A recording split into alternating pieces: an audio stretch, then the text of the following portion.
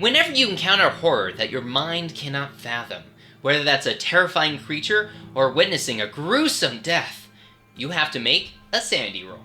Welcome back to the ABCs of RPGs, where we're teaching you the basics of Call of Cthulhu. I'm Spencer Reese, and today we're covering Sanity. When you make a sanity roll, you make the same percentile dice roll that you would with any skill roll, but this time you're using your current sanity amount. But just because you succeed doesn't mean you're off scot-free.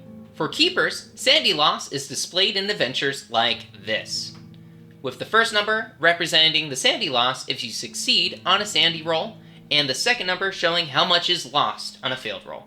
So, say my sanity is currently at 67. I make a sanity roll and get an 82. That means I failed. The sanity loss is 0 over 1d6. So I roll 1d6 and subtract that from my current sanity points. The keeper may also take brief control over your character when you fail a roll, to have them scream or pull the trigger of a gun. This might not be the end, oh no. Because if you lose 5 or more sanity on a single sanity roll, you suffer major emotional trauma. Immediately, you must roll an intelligence roll. This determines whether or not you fully comprehend the horror that has occurred in front of you. Like if you understand what that living mass of tentacles really means to the greater scheme of humanity. But if you fail that intelligence roll, you fail to fully comprehend the dangers of what you witnessed. But, like we said earlier, if you succeed, then you go temporary insane. Sometimes, it's just good to be dumb.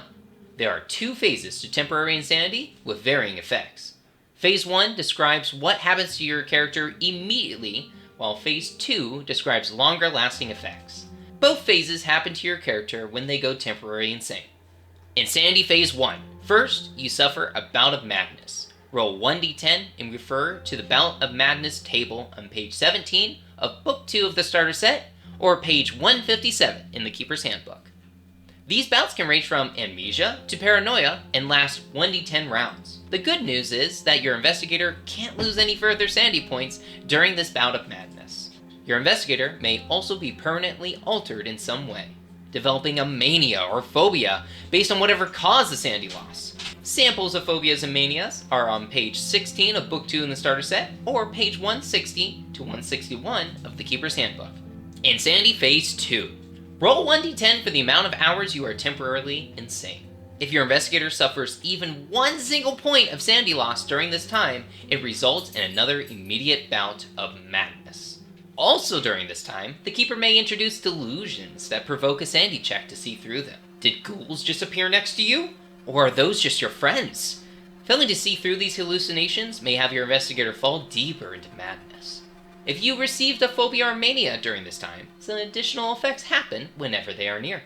An investigator being exposed to their phobia or engaging their mania while insane suffers 1 penalty die on all rolls. Once the 1d10 hours have passed, the investigator returns to a more stable state and no longer suffers delusions.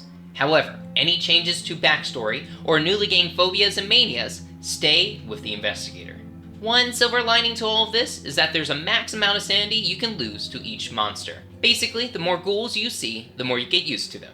Make sure to write down how much sanity you've lost to each monster on the back of your character sheet, and your keeper will tell you when you've hit the max amount that you can lose. Next video is going to be going over combat, a mainstay in normal tabletop RPGs, but something that's quite deadly in Call of Cthulhu. Keep on learning, and we'll see you in the next video.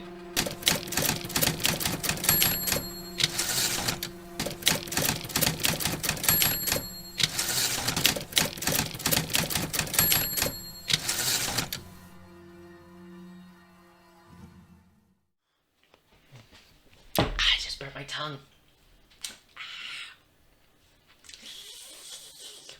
I failed my sip roll.